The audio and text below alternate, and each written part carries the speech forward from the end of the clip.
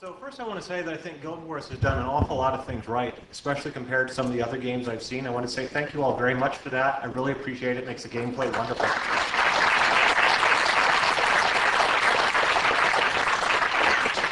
Particularly wanted to call out, I've never felt like I had to grind anywhere through any one of the four modules. And when you brought on the voice of the brain to play Vec, that was wonderful. That voice acting really worked well, really enhanced the game. Thank you for that. I do want to make one feature request. I'm just that kind of guy. Okay. So one thing I found out when we introduced Nightfall is the concept of heroes, and they kept saying, you never fight alone. Well, suddenly I found I was actually fighting alone. It was just me and a bunch of heroes, because the heroes were so good I didn't really need other people. So the feature request is, as you're thinking about Guild Wars 2, I'd like you to reintroduce some of the needing other people aspects to it. So it's nice to be able to go alone, but there are also times when it's nice to have to work with other people. Okay. Can I talk about that at all? I mean, Yes, like, is there something said already? Yeah. I mean, I think fundamentally you'll have a very different experience in Guild Wars 2 as far as choosing to play with or not play with other people because of the persistent nature of the sort of explorable world. And so you don't have to make this hard binary choice before you go into an explorable. Who am I bringing along or who am I not? You have that opportunity for sort of casually meeting up with other people and joining them or going off on your own. Okay, thanks. I was wondering if there would be any further exploration or development of the City of War. Actually, that's my... Well, in terms of what we might or might not do in Guild Wars 2, no comment. In terms of Guild Wars 1, we're always looking at what we can and can't do on the live team. There's certainly a lot of stuff that we have in mind, or might be a little big for Lindsay to take on. Yeah. Thank you. All right. A lot of people, or the people I play with, see that the end game of Guild Wars is PvP.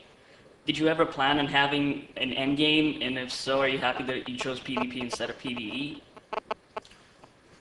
Well, I think it's clear that when you look at the range of players, not everyone wants to do that. Not everyone takes that as their end game. Certainly at the very genesis of Guild Wars, that was the thinking. And then we've made adjustments since then.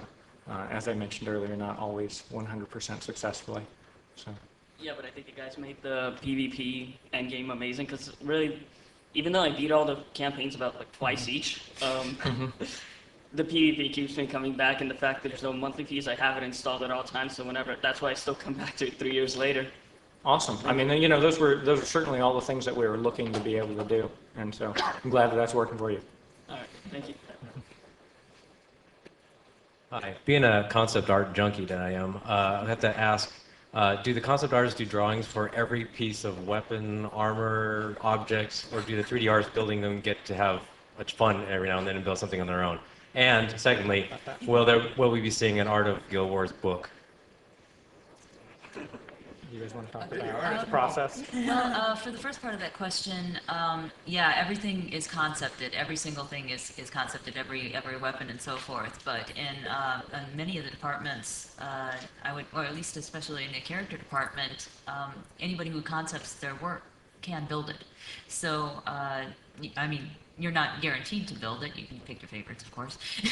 But yeah, anytime that I built those Gwen outfits, that I concepted them. I gave her the new haircut, little barrette, and everything. I was looking forward to doing that little barrette. So I got to build the model as well. But everybody is pretty much a jack of all trades in that.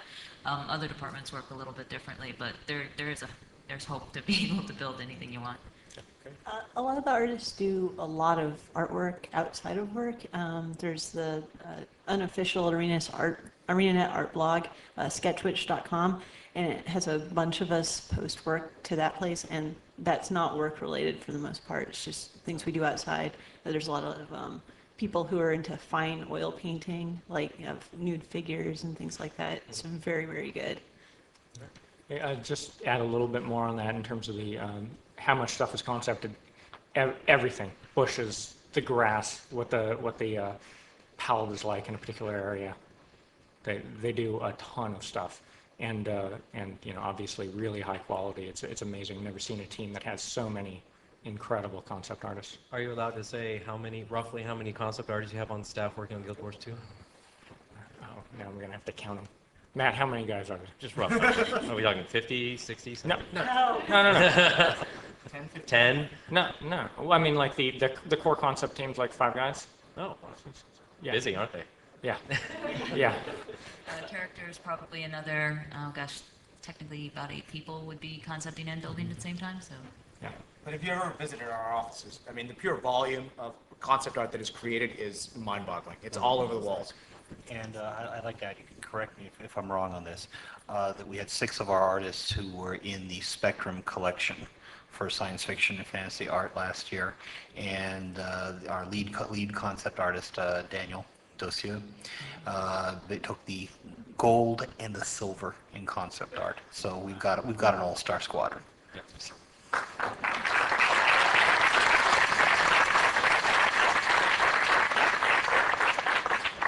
We see a book. You know, I don't know, Randy, what do you think? We can see a book? I'll put you on the spot here. Yeah. Now, Daniel Dotu is very close to the guys who Ballistic Press. They do a lot of the fantasy art, like really high quality stuff. And we'd love, I mean, there's no ink, no deal, no discussion, but we really would love to work with a publisher like that if we were going to do something like that.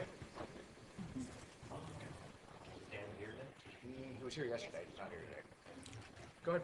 One of my favorite pop culture references is Drake's on the Plane, which I think the Banana Scythe is a quest reward for. I was wondering what everyone's favorite pop culture reference was. Oh, I don't even know. You know, the fact that For Great Justice is actually even a commonly used skill still cracks me up. What was the Asura skill? That one was awesome. Oh, Smooth Criminal? Smooth criminal. Thanks. This is going to be probably our last, well, we might be able to get 2 questions in, but this is our last ticket. So go ahead. 2-part question. What is the hardest thing you've had to overcome while making Guild Wars, and what's with the statue of Glint in the Crystal Desert? You guys want to tackle any of the lore stuff? I have no comment on the I can neither confirm nor deny that the statue of Glint in the Crystal Desert is in any way important or could possibly be involved in anything that might happen someday. Nicely done.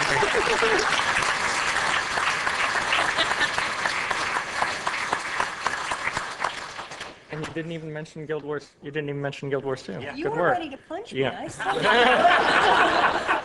like the girl with ore. I'm jumping up and.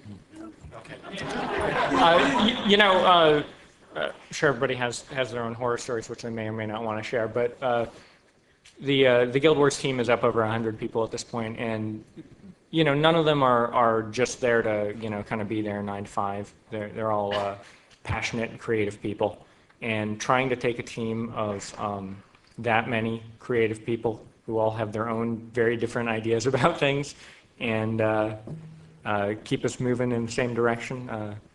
It's the same difficult challenge every day.